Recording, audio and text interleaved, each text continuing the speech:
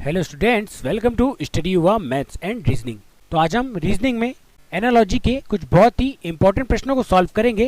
तो चलिए शुरू करते हैं हमारे पहले क्वेश्चन से।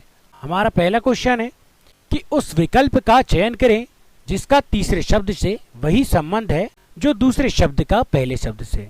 तो यहाँ पर दोस्तों हमें कुछ शब्द दिए हैं, जैसे यहाँ पर दिया है हमें रेत और यहाँ पर दिया है रेगिस्तान। तो रेत का रेगिस्तान से जो संबंध है वही संबंध पानी का इस प्रश्नवाचक चिन्ह के स्थान पर क्या आएगा, उस शब्द से होगा। तो चलिए यहाँ पर लॉजिक का पता लगाते हैं। तो यहाँ पर दोस्तों रेत है और रेत सबसे ज्यादा किस स्थान पर पाई जाती है, तो सबसे ज्यादा रेत पाई जाती है रेगिस्तान में। तो इस प्रकार का लॉजिक यहाँ पर लगाया जा सकता है कि यहाँ पर है पानी और पानी सबसे अधिक कहाँ पाया जाता है दोस्तों, पानी नदी में भी पाया जाता है, पानी तालाब में भी पाया जाता है, और परंतु सबसे ज्यादा पानी कहाँ पाया जाता है, सबसे ज्यादा पानी पाया जाता है समुद्र में या महासागर में।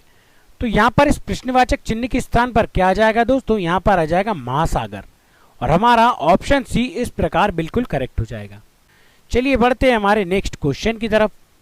हमारा नेक्स्ट क्वेश्चन यहाँ पर दिया है कि उस विकल्प का चयन करें जिसका तीसरे शब्द से वही संबंध है जो दूसरे शब्द का पहले शब्द से है।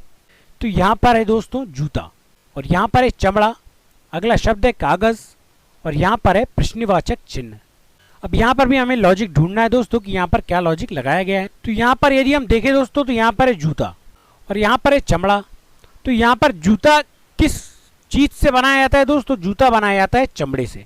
तो यहाँ पर भी है कागज, तो कागज किस चीज से बनाया जाता है, वह चीज यहाँ पर इस प्रश्नवाचक चिन्ह के स्थान पर आएगी। तो कागज आपको ध्यान रखना है दोस्तों, कागज बनाया जाता है लकड़ी से। पेड़ों को से जो लकड़ी प्राप्त होती है हमें, उस लकड़ी से ही कागज बनाया जाता है दोस्तों। तो इस प्रकार इस प्रश्नवाचक चिन्ह के स्थान पर क्या आ जाएगा दोस्तों, इस प्रश्नवाचक चिन्ह के स्थान पर आ जाएगा लकड़ी। तो कागज का वही संबंध लकड़ी से है जो जूते का चमड़े से है। तो इस प्रकार हमारा ऑप्शन डी बिल्कुल करेक्ट हो जाएगा। हमारा नेक्स्ट क्वेश्चन है कि उस विकल्प का चयन करें जिसका तीसरा शब्द से वही संबंध है जो दूसरे शब्द का पहले शब्द से है। तो यहाँ पर भी दोस्तों हमें जो शब्द दिए हैं उन्हें हम देखते हैं। तो यहाँ पर हमें दिया है कि सबसे लंबा दिन, यहाँ पर दिया है जून, यहाँ पर दिया है सबसे छोटा दिन और यहाँ पर दिया है प्रश्नवाचक चिन्ह। तो इस प्रश्नवाचक चिन्ह के स्थान पर आने वाले शब्द का हमें पता लगाना है दोस्तों। तो यहाँ पर यदि हम देखें तो सबसे लंबा दिन कब आता है दोस्तों, जून में आता है, और किस तारीख को आता है, तो यह आता है दोस्तों 21 जून को। और यदि हम यहाँ पर देखें तो सबसे छोटा दिन हमें बताया गया है, तो सबसे छोटा दिन कब आता है दोस्तों, सबसे छोटा दिन आता है 23 दिसंबर को। कब आता है दोस्तों, 23 दिसंबर को। तो वर्ष की ये दो दिन आपको बहुत ध्यान से याद रखना है दोस्तों, क्योंकि ये दो दिन परीक्षाओं में भी बहुत पूछे जाते हैं और रीजनिंग की दृष्टि से तो बहुत महत्वपूर्ण है। तो यहाँ पर सबसे छोटा दिन कब आता है दोस्तों, दिसंबर में आता है, और कितनी तारीख को आता है, तो 23 तारीख को आता है। तो यहाँ पर सबसे छोटा दिन के लिए क्या आ जाएगा दोस्तों, दिसंबर आ जाएगा, और हमारा ऑप्शन डी इस प्रकार बिल्कुल करेक्ट हो जाएगा। बढ़ते हैं हमारे नेक्स्ट क्वेश्चन की तरफ। हमारा अगला प्रश्न हमें दिया है कि उस शब्द युग्म का चयन कीजिए जिसमें दो शब्द उसी तरह से संबंधित है जैसे निम्नलिखित शब्द युग्म में दो शब्द संबंधित है। तो यहाँ पर दिए दो शब्द दोस्तों, पहला शब्द है मोमबत्ती और रोशनी। तो मोमबत्ती का रोशनी से वही संबंध होगा जो इन चारों ऑप्शन में से किसी एक का हो सकता है। तो उस ऑप्शन का हमें पता लगाना है दोस्तों। तो सबसे पहले मोमबत्ती और रोशनी का पता लगाते हैं। तो यहाँ पर दोस्तों मोमबत्ती, और मोमबत्ती जलाने पर क्या होता है कि रोशनी मिलती है।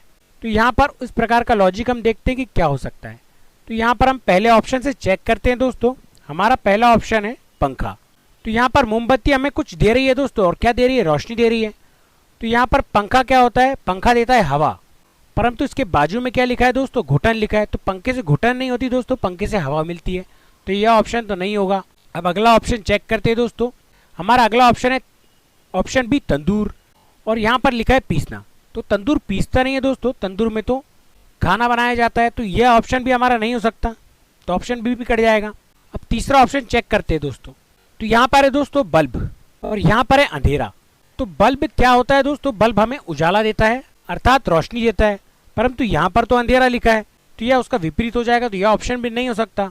तो हमारे पास सिर्फ एक ऑप्शन बचा है दोस्तों। तो यह बिल्कुल करेक्ट हो जाएगा कि यहाँ पर दिया हमें फ्रिज और यहाँ पर ठंडा। तो फ्रीज का काम ही है दोस्तों ठंडा करना। फ्रीज वस्तुओं को ताज़ा रखती है, हमारी सब्जियों को ताज़ा रखती है। तो इसलिए ऑप्शन डी बिल्कुल करेक्ट हो जाएगा। फ्रीज और ठंडा इसके बिल्कुल दो करेक्ट आंसर हो जाएंगे। बढ़ते हैं हमारे नेक्स्ट क्वेश्चन की तरफ। हमारा अगला क्वेश्चन है कि उस शब्द युग्म का चयन करें जिससे दो शब्द उसी तरह से संबंधित है जैसे निम्नलिखित शब्द युग्म में दो शब्द संबंधित है। तो यहाँ पर भी दोस्तों पिछले सवाल की तरह ही हमें कुछ लॉजिक यहाँ पर लगाना होगा कि यहाँ पर हमें दो शब्द दिए हुए हैं वर्ष और यहाँ पर दिया है जून। अर्थात यहाँ पर यदि हम वर्ष को देखें, एक वर्ष में क्या आता है दोस्तों, जून आता है और जून उस वर्ष का महीना होता है। अर्थात वर्ष में जून आता है और जून वर्ष का ही एक हिस्सा है। यही लॉजिक यहाँ पर लगाया गया है। तो चलिए यहाँ पर भी हम लॉजिक ढूंढते हैं कि इन ऑप्शनों में से हमें सही आंसर चूज करना है। तो चलिए यहाँ पर देखते हैं पहले ऑप्शन से। हमारा ऑप्शन ए है कि यहाँ पर हमें दिया है वर्ष और यहाँ पर दिया है शताब्दी। तो वर्ष में शताब्दी आती है क्या दोस्तों? तो बिल्कुल नहीं आती, तो यह ऑप्शन हमारा हो ही नहीं सकता, तो ऑप्शन ए कट जाएगा दोस्तों। अब सेकंड ऑप्शन चेक करते हैं कि यहाँ पर दिया है सप्ताह और यहाँ पर दिया है कैलेंडर। तो क्या सप्ताह में कैलेंडर आते हैं दोस्तों? तो बिल्कुल नहीं आते। कैलेंडर एक अलग चीज़ है और सप्ताह एक अलग चीज़ है, तो ऑप्शन बी भी कट जाएगा। अब ऑप्शन सी चेक कर लेते हैं। तो यहाँ पर दिया है दोस्तों सप्ताह और यहाँ पर दिया है गुरुवार। तो सप्ताह में क्या गुरुवार आता है? तो बिल्कुल आता है दोस्तों, तो ऑप्शन सी हमारा बिल्कुल करेक्ट हो जाएगा, सप्ताह में गुरुवार आता है। अब एक बार हम ऑप्शन डी को भी चेक कर लेते हैं कि ये बिल्कुल सेम तो नहीं है, कि यहाँ पर दिया है हमें अप्रैल और यहाँ पर दिया है महीना। तो ये उल्टा अगर होता दोस्तों तो बिल्कुल करेक्ट होता, परंतु ये कुछ अलग प्रकार से दिया है, तो ये हमारा ऑप्शन नहीं हो सकता। तो हमारा ऑप्शन सी इस दशा में बिल्कुल करेक्ट हो जाएगा कि सप्ताह में गुरुवार आता है जिस प्रकार वर्ष में जून आता है। चलिए बढ़ते हैं हमारे नेक्स्ट क्वेश्चन की तरफ। हमारा अगला क्वेश्चन हमें दिया है कि उस शब्द युग्म का चयन करें जिसमें दो शब्द उसी तरह से संबंधित है जैसे निम्नलिखित शब्द युग्म में दो शब्द संबंधित है। तो यहाँ पर दिया है दोस्तों हमें वक्र विज्ञान और यहाँ पर दिया है गुर्दा। अर्थात गुर्दे का जिस विज्ञान में अध्ययन किया जाता है उसे क्या कहते हैं? वक्र विज्ञान कहते हैं। अर्थात यहाँ पर किडनी के जो संबंधित अध्ययन किया जाता है वह किसमें किया जाता है? वक्र विज्ञान में किया जाता है। और दोस्तों वक्र विज्ञान को इंग्लिश में क्या कहा जाता है? इसे इंग्लिश में कहा जाता है नेफ्रोलॉजी। क्या कहा जाता है दोस्तों? नेफ्रोलॉजी। चलिए दोस्तों हम इसी प्रकार का लॉजिक ढूंढते हैं कि हमारे चारों ऑप्शन में से किस ऑप्शन में यह लॉजिक लगाया जा सकता है। तो जिस प्रकार गुर्दे का अध्ययन वक्र विज्ञान में किया जाता है तो उसी प्रकार का लॉजिक हम चेक करते हैं दोस्तों। तो यहाँ पर दिया हमें विकृति विज्ञान और यहाँ पर दिया है शताब्दी। तो विकृति विज्ञान का संबंध शताब्दी से नहीं है दोस्तों, विकृति विज्ञान का संबंध मानसिक रोगों से है। तो ये ऑप्शन तो हमारा नहीं हो सकता दोस्तों। हमारा ऑप्शन भी हम चेक करते हैं। यहाँ पर दिया है दोस्तों हृदय विज्ञान और यहाँ पर दिया है दोस्तों यकृत। तो हृदय विज्ञान में तो हृदय का अध्ययन किया जाता है ना कि यकृत का, तो ये ऑप्शन हमारा नहीं हो सकता। ऑप्शन सी चेक करते हैं दोस्तों। यहाँ पर दिया है प्राणी विज्ञान और यहाँ पर दिया है पौधे। तो यहाँ पर प्राणी विज्ञान दिया है और यहाँ पर पौधे दिया है। तो प्राणी विज्ञान में तो प्राणियों का अध्ययन किया जाता है दोस्तों, ना कि पौधों का, तो यह ऑप्शन भी हमारा नहीं हो सकता। ऑप्शन डी हम चेक करते हैं। तो यहाँ पर दिया है दोस्तों नेत्र विज्ञान और यहाँ पर दिया है आंखें। तो नेत्र विज्ञान में किसका अध्ययन किया जाता है दोस्तों? आंखों का अध्ययन किया जाता है। तो बिल्कुल यही हमारा करेक्ट आंसर हो जाएगा कि जिस प्रकार गुर्दों का अध्ययन वक्र विज्ञान कहलाता है उसी प्रकार आंखों का अध्ययन नेत्र विज्ञान कहलाता है। बढ़ते हैं हमारे नेक्स्ट क्वेश्चन की तरफ। हमारा अगला क्वेश्चन है कि उस शब्द युग्म का चयन करें जिसमें दो शब्द उसी तरह से संबंधित है जैसे निम्नलिखित शब्द युग्म में दो शब्द संबंधित है। तो यहाँ पर हमारे वर्ड है दोस्तों पंखा और यहाँ पर है बिजली। तो चलिए यहाँ पर लॉजिक ढूंढते हैं कि यहाँ पर क्या लॉजिक लगाया गया है। तो यहाँ पर हमारा जो पंखा एक वस्तु है दोस्तों जो किस चीज से चलती है? वह बिजली से चलती है, अर्थात करंट से चलती है। तो वही लॉजिक हमें इन ऑप्शनों में ढूंढना है। तो चलिए यहाँ पर हम ऑप्शन चेक कर लेते हैं। तो यहाँ पर दिया है दोस्तों बाइक और यहाँ पर दिया है किक। तो बाइक किक से चलती है क्या दोस्तों? हालांकि किक मारने पर ही बाइक चलती है, परंतु यहाँ पर बाइक पेट्रोल से चलती है दोस्तों, तो यह ऑप्शन हमारा नहीं हो सकता। अब अगला ऑप्शन है दोस्तों वाहन और यहाँ पर दिया है दोस्तों डीजल। दोस्तों यहाँ पर है वाहन और यहाँ पर है डीजल। तो वाहन डीजल से चलते हैं क्या? तो बिल्कुल दोस्तों वाहन डीजल से ही चलते हैं। तो इस प्रकार हमारा ऑप्शन बी तो बिल्कुल करेक्ट आंसर हो जाएगा, परंतु हम आगे के ऑप्शन भी चेक कर लेते हैं। तो यहाँ पर है कूलर दोस्तों और यहाँ पर है पानी। तो क्या कूलर पानी से चलता है दोस्तों? तो कूलर पानी डालने से चलता तो है दोस्तों, क्योंकि कूलर में पानी डालने से ठंडी हवा मिलती है, परंतु यहाँ पर दूसरा लॉजिक लगाया गया है कि यहाँ पर कूलर बिजली से चलता है। तो यह ऑप्शन हमारा नहीं हो सकता दोस्तों। और यहाँ पर है पेट्रोल और यहाँ पर है ईंधन। तो पेट्रोल से चलाया जाता है वो दोस्तों साधन, अर्थात हमारी गाड़ियाँ हमारी पेट्रोल से चलाई जाती हैं। क्या पेट्रोल को ईंधन से चलाया जाता है? तो नहीं, बिल्कुल ये ऑप्शन करेक्ट नहीं होगा दोस्तों। हमारा ऑप्शन बी बिल्कुल करेक्ट हो जाएगा, वाहन डीजल से चलाया जाता है। बढ़ते हैं हमारे नेक्स्ट क्वेश्चन की तरफ।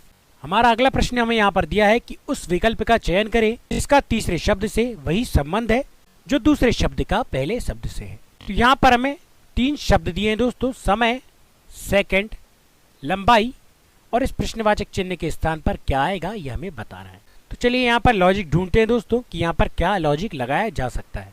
तो दोस्तों हमें यहाँ पर दिया है समय और यहाँ पर दिया है सेकंड। तो समय को हम किस में मापते हैं दोस्तों? समय को हम सेकंड में माप सकते हैं, अर्थात ये उसकी यूनिट दी है मापने की कि समय को सेकंड में मापा जा सकता है। तो लंबाई को हम किस में मापेंगे दोस्तों?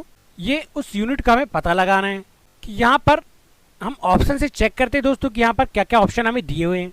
तो यहाँ पर दिया है दोस्तों हमें दूरी। तो दूरी को तो फीट में मापा जाता है, मीटर में मापा जाता है, दूरी एक यूनिट नहीं हो सकती। तो यहाँ पर दोस्तों हमारा अगला ऑप्शन दिया हमें मीटर। तो मीटर भी एक यूनिट है दोस्तों। तो लंबाई को क्या मीटर में मापा जा सकता है? तो बिल्कुल दोस्तों, लंबाई को मीटर में मापा जा सकता है। तो हमारा ऑप्शन भी बिल्कुल करेक्ट हो जाएगा। और इस प्रकार समय का संबंध जिस प्रकार सेकंड से है उसी प्रकार लंबाई का संबंध यहाँ पर मीटर से हो जाएगा। चलिए बढ़ते हैं हमारे नेक्स्ट क्वेश्चन की तरफ। हमारे नेक्स्ट क्वेश्चन हमें दिया है कि मेहनत का सफलता से वैसा ही संबंध है जैसा अपराध का संबंध डैश है। तो इस डैश के स्थान पर क्या आएगा दोस्तों, ये हम पता लगाते हैं कि यहाँ पर है दोस्तों, पहला हमें मेहनत दिया है वर्ड जिसका संबंध सफलता से होता है, अर्थात मेहनत करने पे सफलता मिलती है। तो उसी प्रकार अपराध है दोस्तों, और अपराध करने पर क्या मिलती है दोस्तों? अपराध करने पर मिलती है सजा। तो यहाँ पर ऑप्शन डी हमारा बिल्कुल करेक्ट हो जाएगा दोस्तों कि अपराध करने पर क्या मिलता है दोस्तों? अपराध करने पर सजा मिलती है। तो जिस प्रकार मेहनत करने पर सफलता मिलती है।